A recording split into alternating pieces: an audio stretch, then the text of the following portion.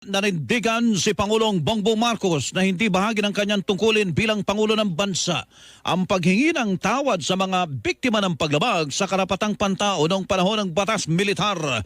Sa forum ng Foreign Correspondents Association of the Philippines o FOCAP, binigyang din ng Pangulo na ang paghingi ng dispensa ay isang personal na bagay para sa pamilya Marcos. Bagamat isaanya siyang Marcos, mas nangingibabaw ang tungkulin niya bilang Pangulo ng Bansa. Sinabi ng Pangulo na itinuturing niya itong unang prioridad kaysa ang papel niya bilang miyembro ng pamilya Marcos. I don't think it is a duty for a president to be involved. That is a personal matter for the Marcos family.